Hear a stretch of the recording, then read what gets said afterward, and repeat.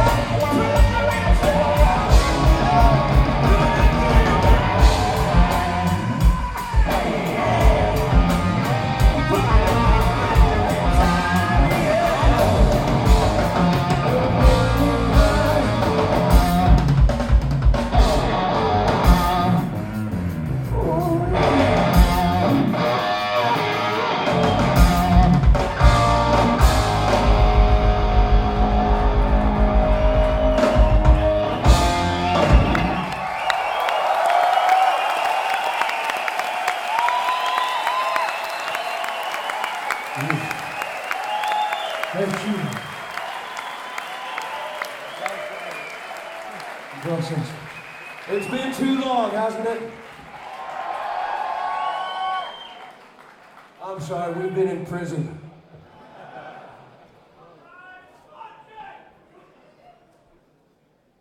Not really, just got... Let's go back a little bit further in the past. What brings you to music? Is there because your father was a musician or a big brother yes. was a musician? Yes, my father, my mother. Music was just always a part of the house. You know, it was, I think, you know, when I was a child, I thought everyone played music. You know, I thought everybody's parents had parties and jammed together. And you know, when you're a real little kid, you don't know the whole comparative perspective of things. But yeah, no, I mean, music was just always around. It was always a presence, a huge presence in the household and in my life. Who are your major influences? Singer or maybe musicians? There are, Mitch, there are so many. I think I'm influenced. It's an odd question because I don't think there are just like 4 or 5 like major ones. Like you get influenced by all of it. You know, you get influenced by you're influenced by everything that you've ever come in contact with. You know, all of the people. There is no particular people. No, I don't think so. I think, you know, as far as trying to emulate any of, you know, my heroes growing up, I don't think there's anyone in particular, but, you know, vocally, I think the greats, you know, people like, vocalists like Van Morrison, Nina Simone, Ray Charles, Otis Redding, down to the blind Willie Johnson, you know, a beautiful voice like Joni Mitchell, or, you know, Robert Plant, Steve Marriott, you know, those guys. I never really got into the rock and roll, you know, too much deeper than that. I was always more of like a classic rock and roll guy, like the Buddy Holly stuff, and, you know, old rhythm and blues was usually my thing, all the old Bo Diddley stuff and Chuck Berry. But in the blues before that, but I think that you're influenced by everything. You're influenced by all of the music that you've ever liked and listened to, as well as all of the music that you didn't like. You know, you're influenced by the things that irritate you, because that creates a parameter for you of what you don't want to do. You know?